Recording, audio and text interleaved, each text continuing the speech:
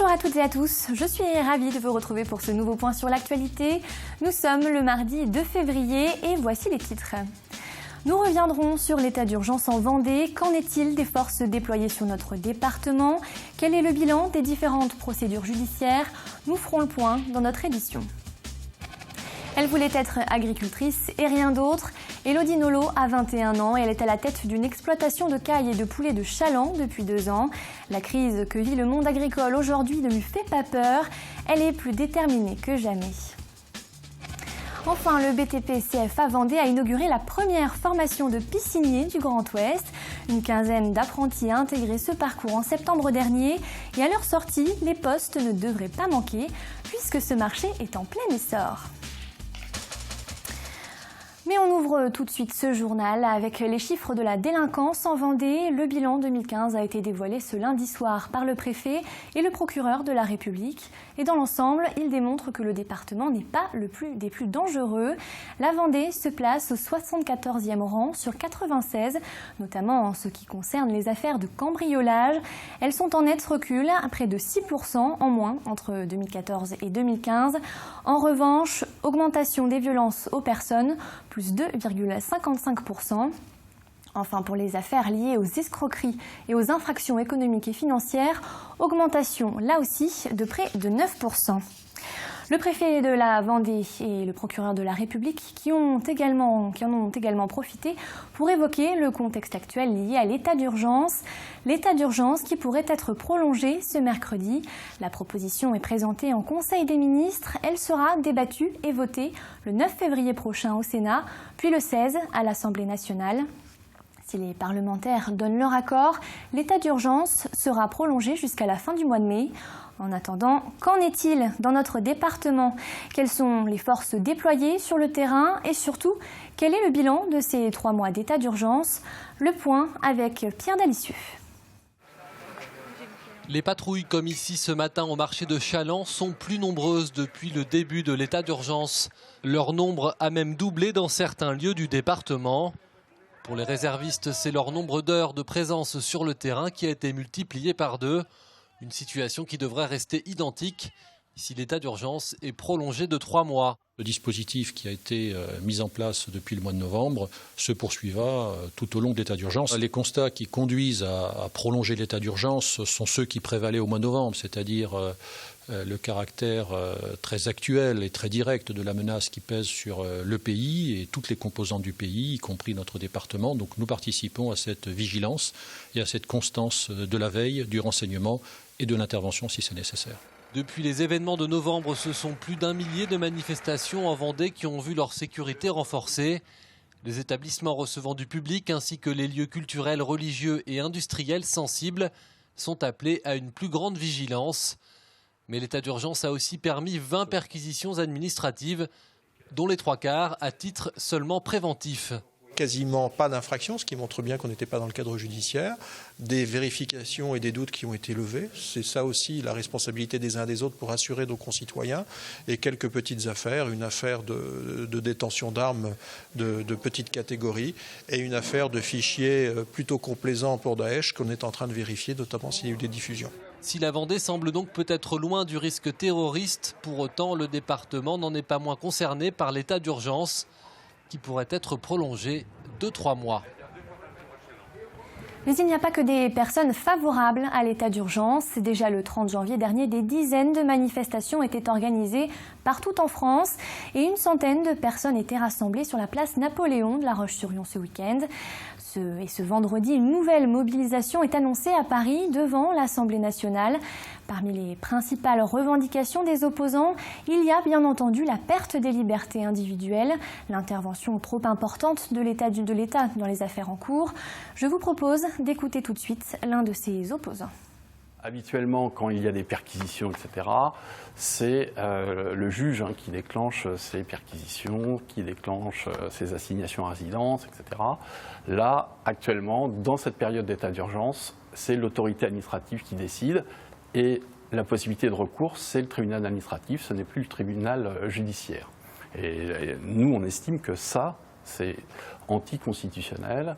Et ça limite nos droits à tous, de citoyens, d'exercer nos droits à mobilisation, nos droits à expression, nos droits à rassemblement, etc., etc. Et ce qui inquiète également les opposants à la prolongation de l'état d'urgence, c'est la loi sur la déchéance de nationalité. Mais qu'en pensent nos députés vendéens? La position de deux d'entre eux, Hugues Fourage et Yannick Moreau. Quand on a des actes abominables, comme le terrorisme, ce qui s'est passé lors de l'année 2015, il faut une réponse. Pas une réponse, je vais dire, banale, simple. Il faut une réponse forte, une réponse de la République qui mette en dehors du champ de la République des gens qui, faisons le constat, se sont mis d'abord eux-mêmes en dehors de la République et en fait attaquent nos valeurs. Donc ils ne méritent pas de rester français. L'essentiel, c'est de donner un symbole. Cette question ne réglera pas tout, évidemment, et ne permettra pas de lutter efficacement contre le terrorisme islamiste. Mais c'est un symbole de la volonté forte des Français et de la France de ne pas se laisser marcher sur les pieds par les ennemis de la France. Et donc, quand on est djihadiste islamiste et qu'on combat la France, on ne mérite pas d'être français. Toujours dans l'actualité nationale, Xavier Belin, le président de la FDSEA, a été reçu ce matin par le président de la République et le ministre de l'Agriculture. Un rendez-vous important et très attendu en pleine période de crise agricole. Et la Vendée n'est pas épargnée. C'était l'occasion pour le représentant des agriculteurs de demander des mesures fortes de la part du gouvernement, comme par exemple la diminution des cotisations sociales. Il a également été question de l'embargo russe et des aides de l'Europe. Mais si pour beaucoup d'agriculteurs, les heures sont plutôt sombres, elle garde l'espoir. Du haut de ses 21 ans, Élodie Nolot a choisi de devenir éleveuse et c'est une vocation. Elle est depuis 2 ans à la tête d'une exploitation de 30 000 poulets et cailles de chaland, la Belle Rouge. Et elle se dégage un très maigre salaire. Alors, pour garder la tête hors de l'eau et surtout vivre correctement, elle est obligée de cumuler un autre emploi. Portrait d'une jeune femme déterminée et passionnée par Élodie Pépin. Nous l'avions rencontrée il y a 9 mois. À l'époque, Élodie Nolot venait de se lancer seule à seulement 20 ans dans la gestion d'une exploitation agricole. Aujourd'hui, c'est encore autour de ces 25 000 caïtos que nous la retrouvons, toujours aussi motivée. S'occuper des bêtes, passer plusieurs heures avec elle, on voit tout, puis c'est pas le même travail, c'est pas toujours le même travail tous les jours, ça change tous les jours en fait. Ah non, je regrette pas ce que je fais, puis je me verrais mal faire autre chose, ça c'est sûr. Pour en arriver là, Élodie a dû se battre, car avec la crise qui touche le monde agricole, son entourage a eu du mal à comprendre son choix. Et elle-même est passée par des moments de doute. Je me suis bien posé la question, est-ce que je fais pas une grosse erreur m'installer à 20 ans avec un emprunt aussi lourd sur le dos. Puis je me dis, voilà, si j'ai la volonté, si j'ai envie d'y arriver, quand on veut, on peut. Une force de caractère, mais aussi un amour pour le travail. Élodie ne s'accorde aucun congé, car en plus de ses cailles et poulets labels, elle travaille encore dans une autre exploitation pour compléter ses revenus. Toutes les charges sont très lourdes, bien sûr, même moi étant que jeune. Alors c'est sûr, je suis bonifiée pendant quelques années, mais je veux dire, quand je serai plus bonifiée, ça va faire très mal à l'exploitation. Très mal. Et ça, avec toutes ces charges qu'on a qui sont aussi lourdes, et que je me retire que 500 € par mois de salaire, enfin, faut pas rêver, enfin... Faut pas être surpris quand on voit des agriculteurs du coin qui met la clé sous la porte. Malgré ses faibles revenus, Élodie s'estime chanceuse, le secteur avicole n'étant pas le plus touché par la baisse des cours. Pour autant, la jeune fille se sent solidaire, car comme tous ses collègues en colère, elle a la passion du métier. Un métier qu'elle ne se verrait pas contrainte d'abandonner. On ouvre à présent une page éducation avec les 30 ans des baccalauréats professionnels. Depuis leur création en 1985, ces derniers n'ont cessé de se développer à tel point qu'aujourd'hui, un bachelier sur 3 est un bachelier professionnel. Ils représentent donc près de 2 500 000 jeunes dans notre population et constituent des éléments clés pour la compétitivité des entreprises. Ces bacs pro ont des objectifs très clairs, faciliter l'accès aux jeunes sortant du système scolaire sans diplôme, mais également les pousser vers des études plus longues, des objectifs et des projets qui ont été l'occasion pour le recteur de l'académie de faire le déplacement dans les différents lycées professionnels de la région et de venir à la rencontre des lycéens et des professeurs. L'occasion d'échanger, comme ça, ça me permet aux élèves de me dire aussi leurs attentes, d'où ils viennent, ce qu'ils veulent faire, etc., si ça marche. Et puis d'évoquer des projets. Par exemple, dans cet établissement, on va ouvrir un autre baccalauréat professionnel, accompagnement relations clients. On va créer un pôle métier qui permettra aux élèves de ne pas faire immédiatement leur choix, mais de voir un peu ce que sont les deux filières, commerce donc, et accueil relations clients, et puis ensuite de se déterminer. C'est une occasion d'échanger, c'est une occasion pour moi de découvrir l'académie, les différents lycées, et c'est mieux de découvrir in situ en rencontrant les gens que sur des dossiers. Et justement, pour offrir aux jeunes un éventail de formations de plus en plus large, un nouveau brevet professionnel des métiers de la piscine vient d'ouvrir cette année au BTP CFA Vendée. Une formation unique dans tout le Grand Ouest. Et la première promotion compte 15 apprentis. Il est soutenu par la Fédération des professionnels de la piscine. Et l'intérêt de ce nouveau brevet est qu'il répond à une demande de plus en plus croissante dans nos départements de l'Ouest. Bref, c'est un marché porteur qui va s'ouvrir notamment à de nouvelles technologies. Reportage Grégoire de Châtillon. Voilà. Un nouvel espace inauguré et puis une formation. La formation de brevet professionnel métier de la piscine. Elle accueille depuis la rentrée 2015 et pour 2 ans, sa première promotion avec 15 apprentis en alternance, construction, maintenance, traitement de l'eau et des produits chimiques, pompe à chaleur, bref, le marché est porteur. Nous avons à la fois deux marchés. Le premier marché, c'est la rénovation des piscines qui existent. Et c'est un marché important que beaucoup de piscines ont près de 20 ans aujourd'hui sont amenées à devoir être réparées, changées, modernisées. Et puis, effectivement, tous les bassins neufs, c'est un marché qui est en croissance. Et il manquait de formation pour qualifier des gens spécialisés, puisque finalement, être piscinier, c'est être à la fois maçon, c'est être à la fois carreleur, électricien, plombier, chauffagiste. Donc, c'est beaucoup de métiers réunis dans une seule personne. Après les États-Unis, c'est la France qui possède le plus grand nombre de piscines au monde, 1 500 000 dans l'Hexagone. Alors, pour le président de la Fédération française des professionnels de la piscine, présent lors de cette inauguration, cette formation arrive donc à point nommé. Déjà, on a 1100 entreprises en France qui sont prêtes à accueillir des jeunes en formation. Donc on avait un déficit d'écoles, donc ça c'est un plus énorme dans la région. Et puis l'apport de jeunes avec les nouvelles technologies et puis le dynamisme qu'ils peuvent apporter dans la profession n'est qu'un plus pour soutenir le marché. Une formation de haut niveau avec un rythme adapté à la réalité des chantiers. L'hiver, priorité à l'apprentissage. L'été, priorité à l'entreprise. Et puis c'est vrai, c'est du sang neuf dans la profession, une profession qui évolue elle aussi avec les nouvelles technologies. On va vers une piscine qui demain sera connectée avec la gestion des traitements, l'apport du service aux clients, ce qui fait que le piscinier depuis chez lui pourra maîtriser pour tel ou tel client les paramètres et lui apporter vraiment le confort et le service. Formation continue, contrat pro, apprentissage. Cette formation diplômante des métiers de la piscine s'adresse aux candidats de 16 à 26 ans étant titulaires au moins d'un CAP. Et avant de refermer cette page éducation, à noter qu'Adèle Fugère traitera de ce vaste sujet de l'apprentissage dans la grande émission de ce mercredi diffusée à 18h10 et 21h.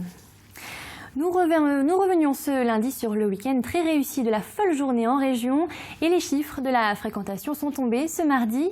58 000 spectateurs ont fait le déplacement dans la dizaine de villes organisatrices.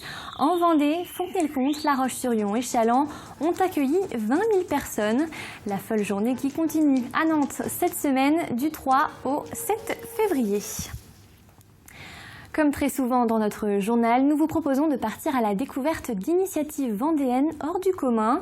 Et ce soir, nous vous proposons d'aller à la rencontre de l'association Un Sico en vol.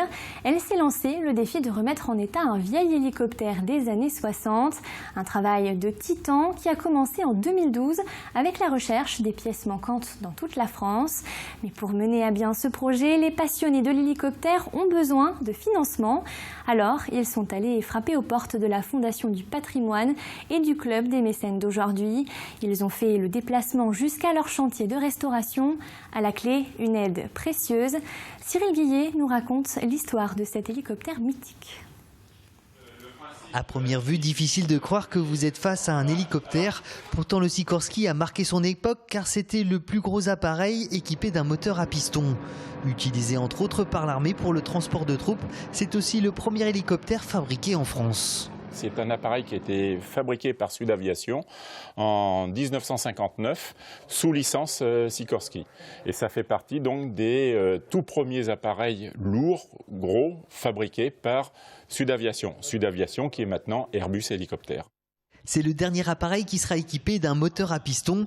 La turbine deviendra très vite un standard sur ce type d'engin. L'association Ainsi qu'on en vol est allée chercher ce morceau d'histoire en Normandie en 2012. Depuis, elle œuvre à sa remise en état et l'objectif est ambitieux. En 2018 auront lieu certainement une commémoration des 85 ans de l'armée de l'air. Comme c'est un appareil qui a été utilisé dans l'armée de l'air, on aimerait bien qu'il soit opérationnel à ce moment-là, de façon à pouvoir participer à cette commémoration. À ce jour, très peu de Sikorsky sont répertoriés dans le monde et aucun n'est en état de vol en Europe. Le pari est un peu fou et pour mener à bien leur projet, 5 anciens pilotes et mécaniciens sont sur le pied de guerre et font fonctionner leur réseau. Vous avez ici devant vous une pièce essentielle au fonctionnement de l'hélicoptère qui est la tête rotor. Cette pièce nous a été donnée. Ce jour-là, la Fondation du patrimoine de Vendée, accompagnée du club mécène d'aujourd'hui, faisait une visite de l'atelier pour se faire une idée et accorder ou non une subvention. Depuis quelques années, on s'oriente vers un autre type de patrimoine. Tout au moins, on a élargi la notion de patrimoine.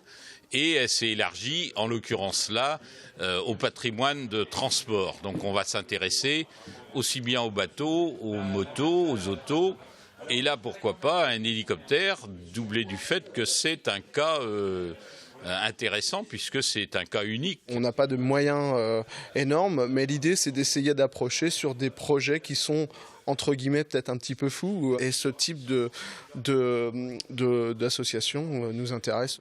À l'issue de la visite, les avis étaient très positifs. Un soutien, s'il est confirmé, qui devrait permettre d'accélérer les choses, car il reste encore beaucoup de travail avant que cet hélicoptère quitte le plancher des vaches. Et cette belle histoire n'est pas prête de se terminer puisque le club des mécènes d'aujourd'hui et la Fondation du patrimoine ont annoncé lors de leur assemblée générale qu'ils alloueraient 10 000 € à l'association pour l'année 2016 et qu'un autre apport financier devrait suivre pour l'année prochaine. On jette un coup d'œil sur la météo de demain. Au programme, des nuages et du soleil qui se livreront une bataille sans merci pour gagner le ciel. Côté Mercure, comptez entre 5 et 11 degrés au meilleur de la journée. Le bulletin météo présenté par Armelle Pavageau arrive tout de suite après ce journal. C'est la fin de cette édition. Merci de l'avoir suivi. Très belle soirée et à demain pour un nouveau point sur l'actualité.